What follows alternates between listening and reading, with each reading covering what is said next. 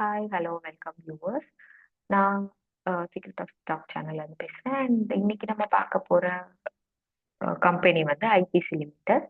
So இதில் இன்னையோட current price பார்த்தீங்க அப்படின்னா ₹404. அண்ட் இதோட ஆர்ஓஇ வந்து நமக்கு ரேஷியோ ஈக்விட்டி வந்து 27.3% இருக்கு. அண்ட் இதில் இப்போ நமக்கு ஐடிசி ஸ்டாக் வந்து கொஞ்சம் ப்ரைஸ் கோயிங் டவுன், அதாவது கொஞ்சம் கிராஷ் ஆகிட்டே இருக்கு. இதுக்கு மெயின் காரணம் அப்படின்னு பார்த்தீங்க அப்படின்னா இது வந்து சில ஃபேக்டர்ஸோட காம்பினேஷன் தான் காரணம்.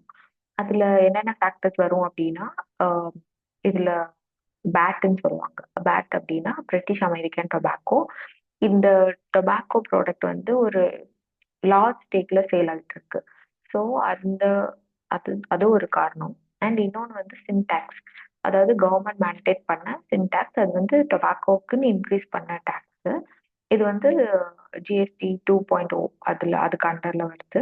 அண்ட் இன்வெஸ்டர்ஸ் வந்து என்ன பண்றாங்க அப்படின்னா இந்த ஹோட்டல் பிஸ்னஸ் டீமர்ஜ் ஆகுதுன்னு சொன்னோம் இல்லையா, அதையும் நம்ம கணக்குல எடுத்துட்டு அந்த கம்பெனி வந்து குவார்டர் ரிசல்ட்ஸ் எப்படி இருக்கு அப்படிங்கிறத பார்த்துட்டு அவங்க வந்து இந்த மாதிரி பண்ணிட்டு இருக்காங்க.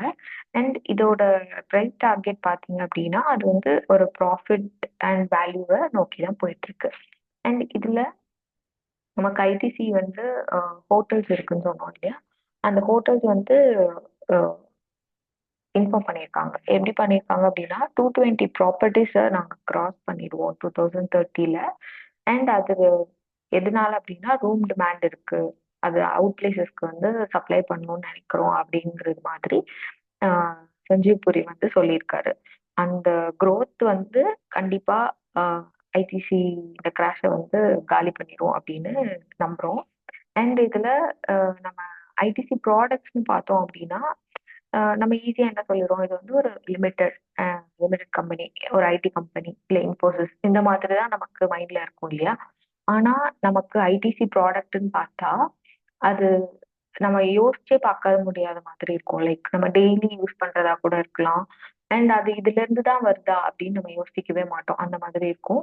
இதுல ஐடிசி ப்ராடக்ட்ஸ்ல நிறைய கிளாசிஃபிகேஷன்ஸ் இருக்கு. லைக் பிஸ்கெட் கேக்ஸ் இருக்கு, நூடுல்ஸ், பாஸ்தா, அப்புறம் ஸ்நாக் ஐட்டம், அப்புறம் ஸ்டேப்பிள்ஸ், அப்புறம் டைரி ஐட்டம்ஸ், அப்புறம் சாக்லேட்ஸ், இந்த மாதிரி. அண்ட் சோப்பு, சானிடைசர், இந்த மாதிரி நிறையா இருக்கு. இதுல நம்ம வந்து பிஸ்கெட் கேக்ஸ்ல Sunfeast, Dark Fantasy, Bounce, Mom's Magic, இது எல்லாமே நம்ம ஐடிசி ப்ராடக்ட்ஸ் தான். இது நம்ம யோசிச்சு பார்த்துருக்க மாட்டோம் இல்லையா. அண்ட் அதே மாதிரி சோப்ல பியாமா, விவல், இது எல்லாமே ஐடிசி ப்ராடக்ட் கீழே தான் வருது. இது மட்டும் இல்லை. அண்ட் இதுல அதர் பிஸ்னஸும் இருக்கு. ஸ்டேஷ்னரி ஐட்டம், பேப்பர் போர்டு, அப்புறம் பேக்கேஜிங். இது தவிர ஹோட்டல்ஸ், ஐடி சர்வீசஸ். ஹோட்டல்ஸ் நம்ம ஆல்ரெடி சொன்ன மாதிரி டிமேஜிங் ஆகுது. அண்ட் ஐடி சர்வீஸ், இன்ஃபோடெக், இந்த மாதிரி ஐடிசிக்குள்ள இவ்வளோ விஷயங்கள் இருக்கு. ஸோ ஏதோ ஒரு ப்ராடக்ட் சேல்ஸ் ஆகுறதுனாலயோ இல்லை ஒரு ப்ராடக்ட் சேல்ஸ் ஆகாததுனாலயோ நமக்கு அதோட ஸ்டாக் மார்க்கெட் வேல்யூ கூடுது கம்மியாகுது அப்படிங்கிறதே இல்லவே இல்லை. அண்ட் இதுல ஃபியூச்சர்ஸ்னு பார்த்தீங்க அப்படின்னா லைக் ஃபினான்ஷியலா ஐடிசி லிமிடெட் வந்து ஒரு ரஃபா 3 மந்த்ஸ்க்கு ஷேர் ப்ரைஸ் பார்க்கும்போது அது வந்து 1.9% டவுன் ஆயிருக்கு. அண்ட் இதோட கம்பெனிஸ் ஃபண்டமெண்டல்ஸ்னு பார்த்தோம் அப்படின்னா, ஏன்னா நான் ஆல்ரெடி சொன்ன மாதிரி அனாலிசிஸ்லேயே 3 அனாலிசிஸ் இருக்கு: financial, fundamental and basic analysis. So இதெல்லாம் பார்க்கும்போது இது வந்து ஃபண்டமெண்டலாகவே எப்படி இருக்கு அப்படின்னா ஒரு லாங் டேர்ம் ஃபினான்ஷியல் க்ரோத்தாக இருக்கு. லைக் மார்க்கெட் ப்ரைஸ் மூவ்மெண்ட்ஸ் வந்து ஃபியூச்சர்ல நமக்கு நல்லா இருக்கிற மாதிரிக்கான ஒரு growth இருக்கு. அண்ட் இதுல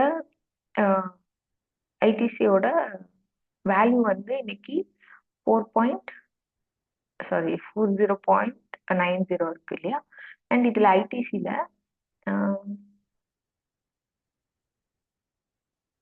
சாரி இந்த இருக்கு இல்லையா, இது வந்து சேல்ஸ் growth, ப்ராஃபிட் growth. இங்க இருக்கிறது சேல்ஸ் growth, இங்க இருக்கிறது ப்ராஃபிட் growth. இது வந்து ஸ்டாக் ப்ரைஸோட சிஏஜிஆர்னு சொல்லுவோம் இல்லையா அது. இதுல சேல்ஸ் growth பாத்தீங்க அப்படின்னா லாஸ்ட் 3 இயர்ஸ் வந்து 7% இருக்கு. இப்போ பாத்தீங்க அப்படின்னா 13% இருக்கு. ஸோ சேல்ஸ் வந்து நல்லா தான் இருக்கு. ஆனா நமக்கு இன்னும் ப்ராஃபிட் வரல. லைக் ப்ராஃபிட் growth நமக்கு இன்னும் காமிக்கல அந்த மாதிரி. அது 0%ல இருக்கு. அப்போ 0%ல இருக்கு அப்படின்னா, இனிமேல் தான் அது வந்து ப்ராஃபிட் காமிக்க போகுது. ப்ராஃபிட் எடுக்க போறாங்க அந்த கம்பெனி. அண்ட் இதுல ஸ்டாக் பிரைஸ் சிஏஜிஆர்ல நமக்கு மைனஸ்ல இருக்கு. அப்போ இப்போ வந்து டவுன்ல இருக்கு இல்லையா? அப்போ இனிமேல் தான் அது வந்து பிளஸ் ஆகும். லைக் 0% வந்துட்டு அதுக்கப்புறம் பிளஸ் ஆகும். ஸோ இது வந்து இன்க்ரீஸ் ஆகுறதுக்கான சான்சஸ் ஜாஸ்தி இருக்கு. And ITC it is good company. And reason for crash சொன்னேன் இல்லையா? ஃபர்ஸ்ட் சொன்ன மாதிரி பேட் ஒரு ரீசன், இன்னொன்னு சின்டாக்ஸ். இந்த ரெண்டும் மெயின் ரீசன். அண்ட் இன்னொன்னு ஃபாலோ பண்ணி வர்றது வந்து